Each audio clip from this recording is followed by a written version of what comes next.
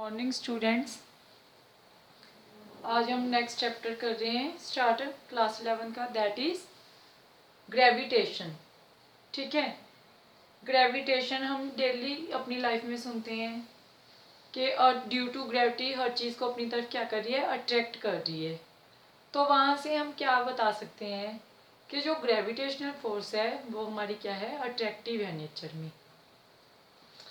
ठीक है, इसमें आपके पास नेक्स्ट आएगा gravitational field strength, then gravitational potential energy क्या है, देन हमारे पास केपलर लॉज आते हैं जिसमें law of period, law of orbit, ये सब हम डिस्कस करेंगे। Kepler first law, second law and third law के टाइम पीरियड है वो डायरेक्टली प्रोपोर्शनल किसके है, क्यूब रूट ऑफ या फिर क्यूब ऑफ रेडियस।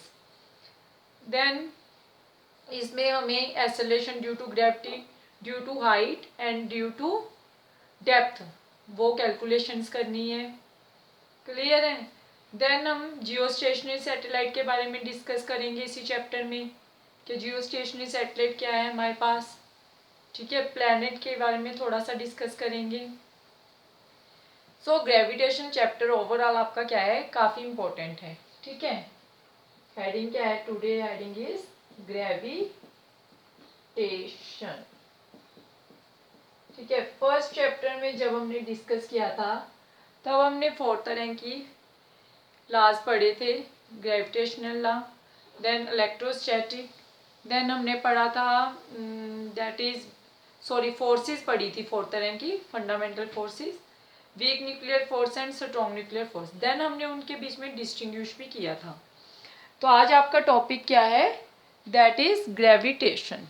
ठीक है, ग्रेविटेशन में देखिए सबसे पहले तो मैं आपको क्या बताऊंगी कि जो हमारे पास ग्रेविटेशन है ये कब अप्लाई होगा। मान लो आपके पास दो मास हैं m1 and m2, if these masses are separated by a distance r, दो मास हैं m1 m2, अगर वो किसी डिस्टेंस r से सेपरेट हो रखे हैं तब जो हमारे पास फोर्स होती है वो किसकी कहलाती है, दैट इज Gm1। सॉरी, अभी हमें इसको डिटेल में डिस्कस करना है। तो आपके पास जो फोर्स आएगी वो क्या होगी, वो डायरेक्टली प्रोपोर्शनल होती है किसके, product of the masses, product of the masses. Again जो आपके पास फोर्स होती है वो इन्वर्सली प्रोपोर्शनल होती है किसके, जो उन दोनों मासेस के बीच का क्या है, डिस्टेंस है, square of the distance between two masses, square of the distance between two masses और बॉडीज। देन आप क्या करेंगे, मल्टीप्लाई कर दोगे या कंबाइन कर दोगे, कंबाइन 1 and 2 वी गेट, आपके पास क्या आ जाएगी, force directly proportional to m1 m2 upon r square. Again हमें पता है कि जो डायरेक्टली प्रोपोर्शनल का साइन है उसको हटाने के बाद हमारे पास कुछ ना कुछ कांस्टेंट लगाना पड़ता है। So to remove this sign we have to use a constant of proportionality that is Gm1 m2 upon r square, where G is a constant of proportionality, G is a constant of proportionality known as gravitational constant, gravitational constant, and its value is 6.67 into 10 raised to power -11। अब मुझे units की बात करनी है, जी के units क्या होंगे, F R square इधर मल्टीप्लाई में, अपॉन में क्या आएगा, m1 m2 is equal to जी। ठीक है, तो यूनिट्स क्या बने, फोर्स के क्या आ गए, न्यूटन, आर क्या है, distance that is metre square, upon में मास किस में होता है, केजी में, किलोग्राम स्क्वायर। तो आपके पास जो जी की वैल्यू है वो कितनी है, 6.67 इंटू 10⁻⁻11 न्यूटन मीटर स्क्वायर पर किलोग्राम स्क्वायर, और इसको हम क्या बोलते हैं, ग्रेविटेशनल कांस्टेंट। क्लियर है इतना।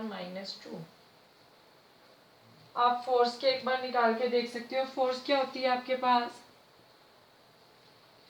F is equal to m into ए।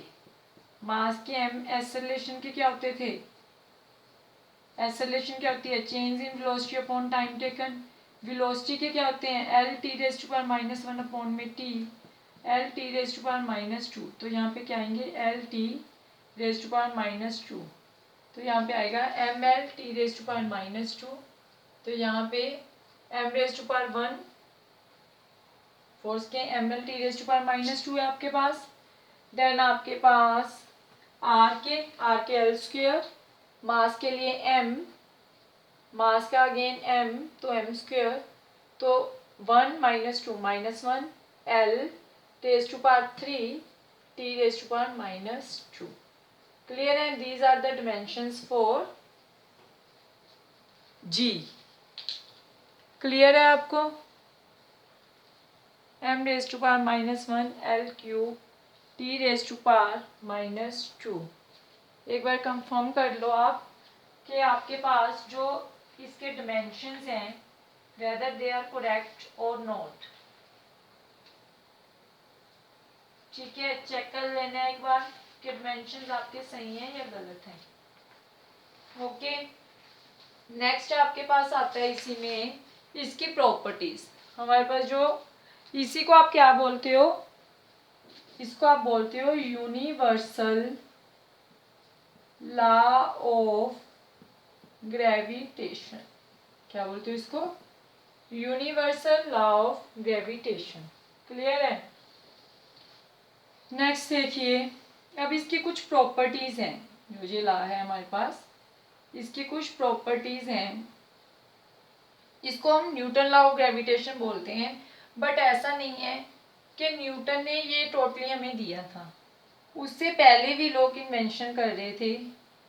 कईयों का क्या मानना है, व्हेन एप्पल इज फॉलिंग, तो उसने बोला कि हाँ due to gravity apple attract हुआ, एप्पल ट्री से नीचे गिरा तो वहाँ से ये लॉ बन गया। ऐसा नहीं है, उससे पहले गैलीलियो ने भी ट्राई किया और बहुत सारे साइंटिस्ट थे, तब जाके ये लॉ आपके पास आया था। क्लियर है, नेक्स्ट इसकी प्रॉपर्टीज क्या है। फर्स्ट प्रॉपर्टी क्या है, that universal law is attractive in nature. Attractive का मीनिंग क्या है कि अगर आपके पास दोनों मास हैं, ये दोनों एक दूसरे को क्या करेंगे, अट्रैक्ट करेंगे। लाइक अगर मैं मार्कर की बात करूं, ये मार्कर और ये कैमरा एक दूसरे को क्या कर रहे हैं, इस टाइम अट्रैक्ट कर रहे हैं। बट ऐसा नहीं कि ये एक दूसरे के साथ स्टिक हो जाएंगे। ऐसा क्यों नहीं होता, क्योंकि अगर मैं आपको इसको एग्जाम्पल के थ्रू बताऊं, फोर्स क्या आपके पास Gm1m2 अपॉन आर स्क्वायर। अगर हम दो बॉडीज हैं, मान लो मैं हूँ और एक यहाँ पे कोई और मेरी फ्रेंड खड़ी है, ठीक है। अब हम दोनों के बीच में जो ग्रेविटेशनल कांस्टेंट है उसकी वैल्यू क्या है, 6.67 इंटू 10⁻11 इंटू में जो मेरा मास है वो कितना होगा, लाइक 50-60 इतना होगा। मेरी फ्रेंड का भी नियर अबाउट इतना ही होगा, लाइक 50 और 60 उसका होगा मास, अपॉन में आर स्क्वायर। ठीक है, तो यहाँ पे जो ये पावर बनी वो कितनी बनी, 10⁻²। यहाँ पे पावर कितनी है, 10⁻11 इंटू में 10⁻²। तो यहाँ पे पावर कितनी आ रही है, 10⁻⁻9, जो कि क्या है, काफ़ी कम है। तो इसका मीनिंग क्या है कि जो ये आपके पास लॉ है, it is valid only for point masses. ठीक है ना, तो ये मतलब कि जो पॉइंट मासेस हैं उनके लिए वैलिड नहीं है। लाइक पॉइंट मासेस का मीनिंग क्या है, यहाँ पे सन और अर्थ की बात करें, सन और अर्थ एक दूसरे से काफ़ी डिस्टेंस पे हैं, जिसके कारण वो हमें क्या लगते हैं, बहुत ही छोटे छोटे दिखते हैं। ठीक है, अब यहाँ पे अगर मैं इनकी बात करूँ तो इसका मतलब ये हैवली बॉडीज़ के लिए वैलिड है। हैवली बॉडीज़ मीन्स जैसे हमारे पास अर्थ का मास है, सन का मास है, वो क्या है 10⁻24। यहाँ पे कितनी है 10⁻⁻11, तो वैल्यू क्या आएगी आपकी पॉजिटिव में आएगी, दैट इज 13। अगर मैं इसका सिग्निफिकेंस देखूं, सिग्निफिकेंस की बात करें, it is valid for it is significant for heavenly bodies. ठीक है, लाइट बॉडीज के लिए ये सिग्निफिकेंट नहीं है। देन नेक्स्ट क्या है आपके पास कि जो फोर्स ऑफ अट्रैक्शन है ये आपकी मीडियम के ऊपर डिपेंड नहीं करती, it is independent of medium. Independent of medium का क्या मीनिंग है कि आप एयर में कैलकुलेशन करो, वैक्यूम में कैलकुलेशन करो, फोर्स आपकी इतनी ही रहेगी। नेक्स्ट पॉइंट क्या है आपके पास, it is a central force. ये क्या है, सेंट्रल फोर्स है। सेंट्रल फोर्स का मीनिंग क्या है, it take the line joining the centre of two masses. ये मास है, इसका जो सेंटर होगा और इसका जो सेंटर होगा, उसकी जो लाइन को ज्वाइन कर रहा है वहां पे ये एक्ट होगा। फोर्स तो यहाँ पे भी लग सकती है, फोर्स जहाँ पे भी लग सकती है, बट नहीं, it is a central force. जहाँ पे लाइन ज्वाइन होगी ये वहीं पे एक्ट होता है। नेक्स्ट क्या है आपके पास, ओके नेक्स्ट देखिए, सेंट्रल फोर्स है, इंडिपेंडेंट है, पॉइंट मासेस। देन हमें न्यूटन का थर्ड लॉ लर्न है, that action and reaction are equal and opposite. अब जो इस मास के कारण इस पे फोर्स लगेगी वो क्या होगी, force on two due to one. ये वाला मास इसके ऊपर फोर्स लगाएगा तो इसको आप लिखोगे force on one due to mass two. Two one के ऊपर लगाएगा, वन टू के ऊपर, तो फोर्स जो टू पे लग रही है ड्यू टू वन, फोर्स जो वन पे लग रही है ड्यू टू टू। क्लियर है, तो जो ये फोर्स होगी ये इक्वल एंड अपोजिट होगी, तो इसको आप लिखेंगे F21 is equal to minus of F12। Clear है, these are some properties of this universal law of gravitation. Then significant मैंने आपका बता दिया है that it is valid only for heavenly bodies. Central force का बता दिया है कि line joining centre of two masses ये वहां पे एक्ट होगा। नेक्स्ट देखिए अब क्या है आपके पास, अब इसके ऊपर हम एक न्यूमेरिकल ले लेते हैं। न्यूमेरिकल में क्या है, मान लो आपके पास दो मास हैं। अगर आपके पास देखिए, मैंने बोला था कि ये पॉइंट मासेस के लिए वैलिड है। पॉइंट मासेस क्या है, उनके बीच का जो डिस्टेंस है वो काफी ज्यादा होना चाहिए, तभी तो हमें ऐसा लगेगा कि हाँ वो पॉइंट मास की तरह एक्ट हो रहे हैं। अब अगर वो नियर पड़े होंगे, क्लोज होंगे, डिस्टेंस कम होगा, तब वो हमें पॉइंट मास की तरह एक्ट नहीं होंगे, तब वो हमें हेवनली बॉडीज दिखाई देगी। तब जो आपके पास ये फोर्स ऑफ अट्रैक्शन है इट इज नॉट वैलिड। अब देखिए, लेट आपके पास दो मास हैं, दो स्फेरिकल बॉल्स हैं, two identical spherical balls having radius r। दोनों का रेडियस मान लो कितना है, r है। ठीक है, आपको क्या बतानी है, फोर्स ऑफ अट्रैक्शन बतानी है। कैलकुलेट फोर्स ऑफ अट्रैक्शन, आपको क्या बतानी है, फोर्स ऑफ अट्रैक्शन बतानी है। आइडेंटिकल स्फेरिकल वाल्स है तो इसका मीनिंग क्या है कि मास इनका सेम होगा। फोर्स ऑफ अट्रैक्शन का फार्मूला क्या होता है, Gm1 m2 अपॉन में r स्क्वायर। अब मान लो इसका मास भी m है तो इसका भी क्या होगा m। अब हमें पता है स्फेरिकल बॉल्स हैं तो इसकी कुछ ना कुछ डेंसिटी होगी, लेट डेंसिटी इज रो। तो डेंसिटी किसकी इक्वल होती है, density is equal to mass upon volume. Mass क्या है यहाँ पे, स्मॉल m। स्मॉल m आपको फाइंड आउट करना है, small m is equal to rho into V, rho into V. Volume कितना होगा स्फीयर का, that is 4/3 pi R cube. तो हमारे पास मास कैलकुलेशन हो गई, मीन्स हमें m1 की वैल्यू पता लग गई। सेम स्फीयर्स हैं, सेम स्फेरिकल वॉल्स हैं, तो दूसरा मास भी कितना होगा, इतना ही होगा अपॉन में r का स्क्वायर। तो वैल्यूज पुट करिए, F is equal to G m1 की जगह पे rho into 4/3 pi R cube, again rho into 4/3 pi R cube upon में आर कितना है, R plus R that is 2r का स्क्वायर। तो कितना आ जाएगा आपके पास, जब आपने कैलकुलेशन की ये बन जाएगा F is equal to G rho square into 4×4=16/9 pi square r raise to power 6 upon में 4r square which is equal to, rho की वैल्यू आपको पता ही है, सॉरी जी की वैल्यू पता है 6.67 into 10⁻11 into 16 upon 9×4=36 rho square pi square, r की value ऊपर जाए कितनी बन जाएगी 6 - 2 दैट इज, इस सबको आप कैलकुलेट कर लेना, ठीक है, कितनी वैल्यू आ रही है आपके पास, इनटू में rho square pi square R raise to power 4। This is your force acting on this spherical balls. Clear है ये न्यूमेरिकल आपको। नेक्स्ट देखिए, नेक्स्ट है हमारे पास, ये तो हमने अभी तक बात की यूनिवर्सल लॉ ऑफ ग्रेविटेशन की एंड इट्स प्रॉपर्टीज। नेक्स्ट आता है हमारे पास gravitational field strength, gravitational field strength. अब ग्रेविटेशनल फील्ड स्ट्रेंथ क्या है, ग्रेविटेशनल फील्ड या फिर आप बोल सकते हो ग्रेविटेशनल फील्ड स्ट्रेंथ, ठीक है। अब देखिए जैसे यहाँ पे आप ग्रेविटेशनल फील्ड डिस्कस करेंगे वैसे ही 12th में हमारे पास आएगा इलेक्ट्रिक फील्ड। यहाँ पे जो आप फोर्स डिस्कस कर रहे हो वो हमारे पास क्या है, F is equal to G m1 m2 upon r square.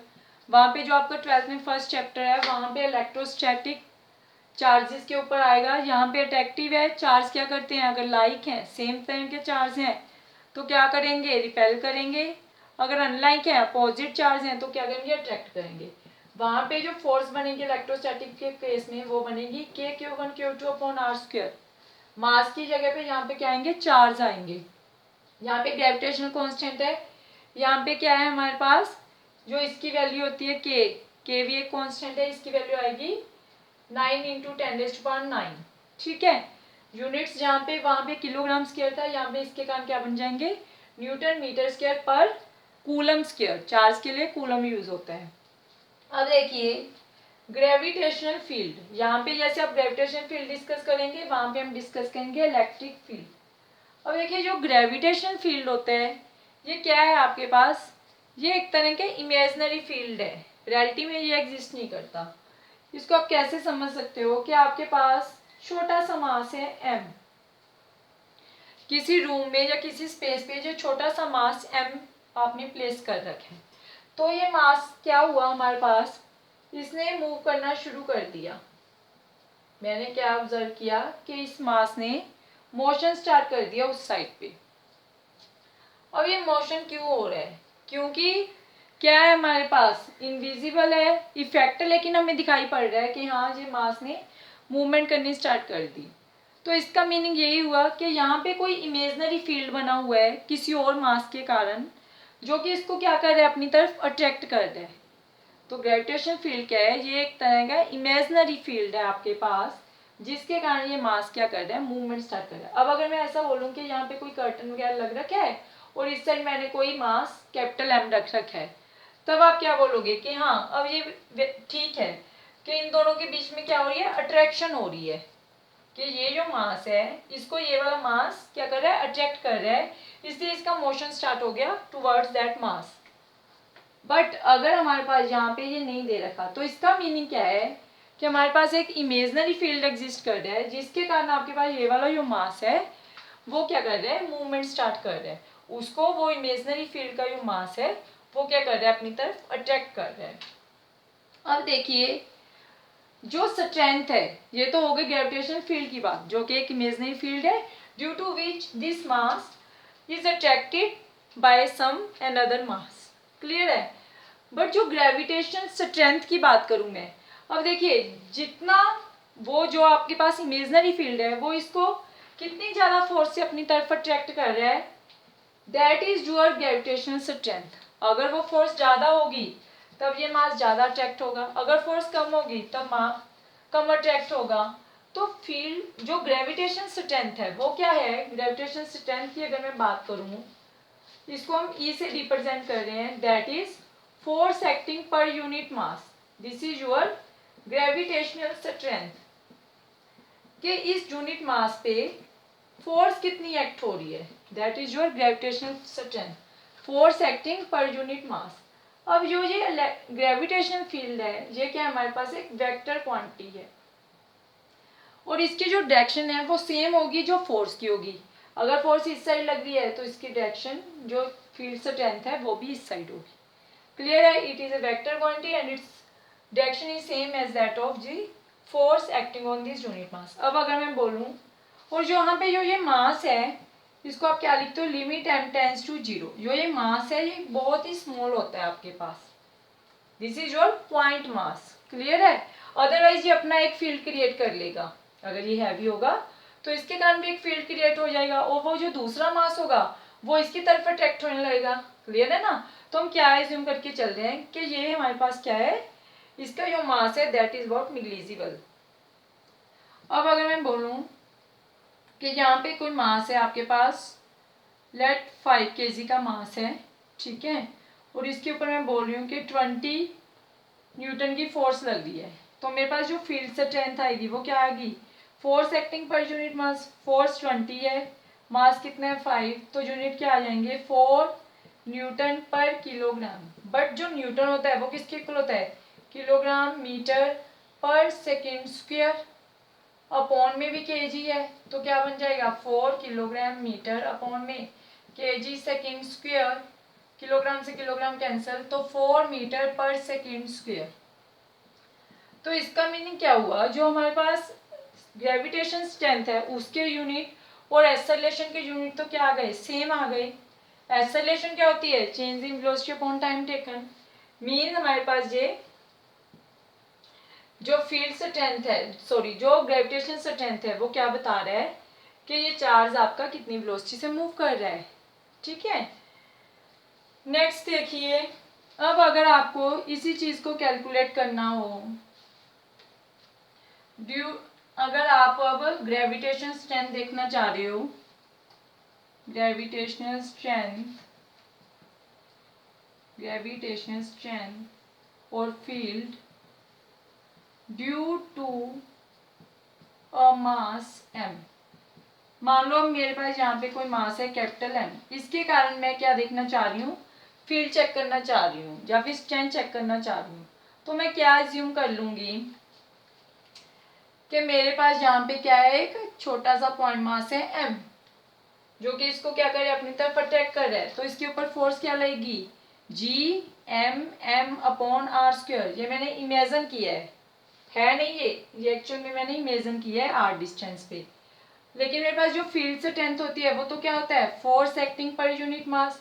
तो फोर्स कितनी लग रही है इसके ऊपर, G upon r square upon में m, तो m से m कैंसल, कितना आ गया G अपॉन में r स्क्वायर। अब देखिए जो ये फील्ड स्ट्रेंथ लगेगी ये कहाँ पे लगेगी, टुवर्ड्स द मास लगेगी, यहाँ पे मास है तो जो फील्ड स्ट्रेंथ लगेगी वो इस तरफ लगेगी, तो यहाँ पे मैं क्या ले लूंगी विद अ नेगेटिव साइन, ये क्या बताएगा, that is force acting towards the mass. Clear है कि जो फोर्स है वो मेरी इस मास की तरफ लग रही है, so F is equal to minus GM upon r square. Clear है, अब देखिए अगर मैं बात करूं कि मेरे पास 3 मासेस हैं, लेट आई हैव 3 मासेस, उनके कारण अगर मुझे फील्ड स्ट्रेंथ कैलकुलेट करनी है, या फिर पहले 2 का केस डिस्कस कर लेते हैं। लेट मेरे पास क्या है, यहाँ पे एक मास है और इन दोनों मासेस के कारण मुझे P पॉइंट पे electric field check, sorry gravitation field check करना है, तो यहाँ से जो फील्ड स्ट्रेंथ लगेगी वो टुवर्ड्स द मास लगेगी, दैट इज E1। इस पे भी जो फील्ड स्ट्रेंथ लगेगी वो टुवर्ड्स द मास लगेगी, दैट इज E2। तो मेरे पास जो नेट इलेक्ट्रिक फील्ड होगा वो किसके इक्वल होगा, vector sum of E1 plus E2।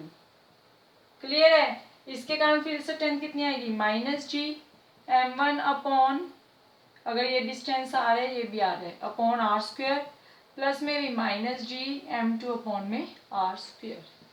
Clear है। अब देखिए जैसे हमने फोर्स का निकाला था स्टार्टिंग में, F equal G m1 m2 upon are square, तो इसी में आप सुपरपोजिशन थ्योरम भी ले सकते हो। मान लो यहाँ पे आपके पास मासेस है m1 m2 m3 and m4। आपको क्या करना है, इसके ऊपर फोर्स चेक करनी है। तो जो इसके ऊपर फोर्स लगेगी वो क्या होगी, सुपरपोजिशन थ्योरम के अकॉर्डिंग फोर्स एक्टिंग ऑन 3, इस 3 के ऊपर 1 भी फोर्स लगाएगा due to 1, plus force acting on 3 due to 2, plus force acting on 3 due to 4। इन तीनों के कारण जो भी फोर्स लगेगी देन उसको एड अप करोगे। जी m1 m3 upon are square जो इनका डिस्टेंस है, again G m2 m3 upon are square. Clear है, this is your superposition theorem. अब लास्ट में मिलकर ले रहे हैं ग्रेविटेशन फील्ड स्ट्रेंथ कैलकुलेशन का, जहाँ पे दो मासेस के लिए आपके पास वैल्यू ये आई। अब मैं क्या बोल रही हूँ कि मेरे पास एक इक्विलेटरल ट्रायंगल है, let this is an equilateral triangle, और यहाँ पे मेरे पास 3 मास हैं, ठीक है। और इन मासेस के कारण मुझे इस x पॉइंट पे और इस y पॉइंट पे क्या चेक करना है, इलेक्ट्रिक फील्ड स्ट्रेंथ चेक करनी है। अब देखिए जो ये सेंटर पे है, इसके कारण तीनों तरफ क्या रहेगा, इलेक्ट्रिक फील्ड अप्लाई होगा। एक इलेक्ट्रिक फील्ड इधर लगेगा, लेट इट इज E3, एक इधर लगेगा दैट इज E1, एक इधर लगेगा दैट इज E2, इस सेंटर पॉइंट, ठीक है। अब देखिए यहाँ पे जो एंगल है इक्विलेटरल एंगल का, ये angle, let these sides are A A A, ये एंगल कितना होगा टोटल 60, तो इतना सा एंगल इसका कितना रह जाएगा, दैट इज 30।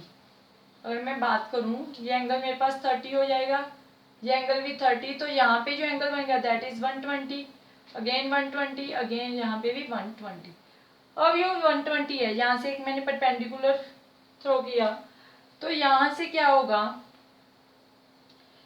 ये 60 बचा, इसका मीनिंग ये एंगल भी कितना रह गया 60।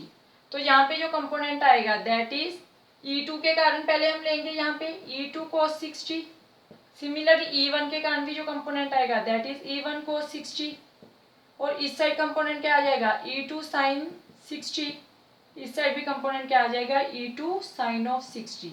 अब ये दोनों कंपोनेंट तो कैंसिल हो जाएंगे, और जो नेट फोर्स आएगी EX इलेक्ट्रिक फील्ड स्ट्रेंथ वो क्या आएगी E1 plus E2 plus E3 का वेक्टर सम। अब ये एड अप हो जाएंगे, E1 E2 तो इक्वल ही है हमारे पास इलेक्ट्रिक फील्ड स्ट्रेंथ, क्योंकि E1 cos 60 E2 cos 60, cos 60 कितना हो गया, तो यहाँ पे 2E1 cos 60 भी आप लिख सकते हो, क्योंकि मास सेम है तो इलेक्ट्रिक फील्ड भी सेम अप्लाई होगा आपके पास। तो 2 इंटू E1 cos 60 कितना हो गया 0 1/2, 0 1/2 √3/2 आ जाएगा ये, यहाँ पे 0 1/2 1/2 √3/2 एंड 1, ठीक है।